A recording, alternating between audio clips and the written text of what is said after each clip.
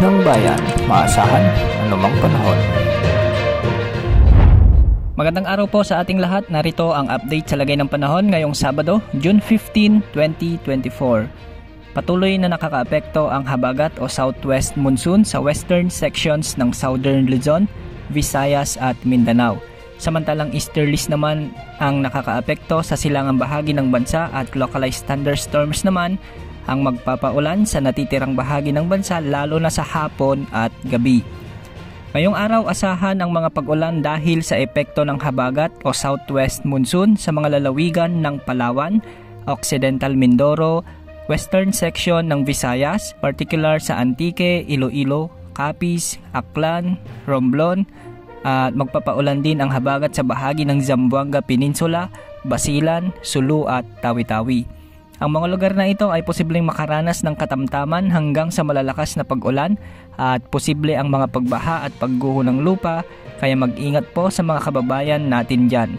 Sa kabila ng pag-iral ng habagat sa bansa, maraming lugar pa rin ang makararanas ng mainit na panahon at ayon sa Pag-asa, posibleng umabot pa sa 25 lugar sa bansa ang makararanas ng danger level na heat index ngayong araw. Maglalaro sa 42 to 47 degrees Celsius ang danger level heat index ngayong araw at posibleng pumalo naman sa 47 degrees Celsius sa may Tuguegarao City, Cagayan at Casiguran, Aurora. 46 degrees Celsius naman sa may Baler, Aurora, Dagupan City, Pangasinan, Apari, Cagayan at 45 degrees Celsius naman sa iba pang bahagi ng Luzon. Para sa lagay ng panahon ngayong araw sa Luzon, asahan naman ang mga isolated rains dulot ng pinagsamang epekto ng easterlies at localized thunderstorms sa bahagi ng Ilocos Region, ilang bahagi ng Central Luzon, Mimaropa, ilang bahagi ng Cordillera Region, Calabarzon at pati na rin ang Metro Manila. Posible rin ang mga thunderstorms sa ilang bahagi ng Bicolor Region. Sa natitirang bahagi naman ng Visayas ay magiging maulap ang mga kalangitan na may mga kalat-kalat na pag-ulan dahil sa localized thunderstorms, particular sa bahagi ng Central Visayas, Negros Island Region, northern part ng Masbate, ilang bahagi ng Bohol at ilang bahagi ng Eastern Visayas.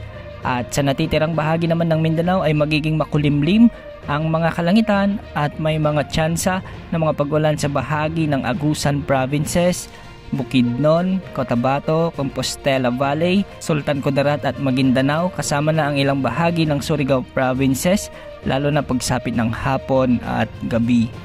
Sa kasalukuyan ay malinis naman ang mga kalangitan sa paligid ng ating area of responsibility at wala tayong inaasahan o wala tayong namomonitor na cloud clusters, kaya mababa ang tsansa na may mabuong bagyo o low pressure area sa susunod na 3 hanggang 5 araw. Ayon naman sa Pag-asa, wala ring nakataas na gale warning sa mga karagatang sakop ng ating bansa.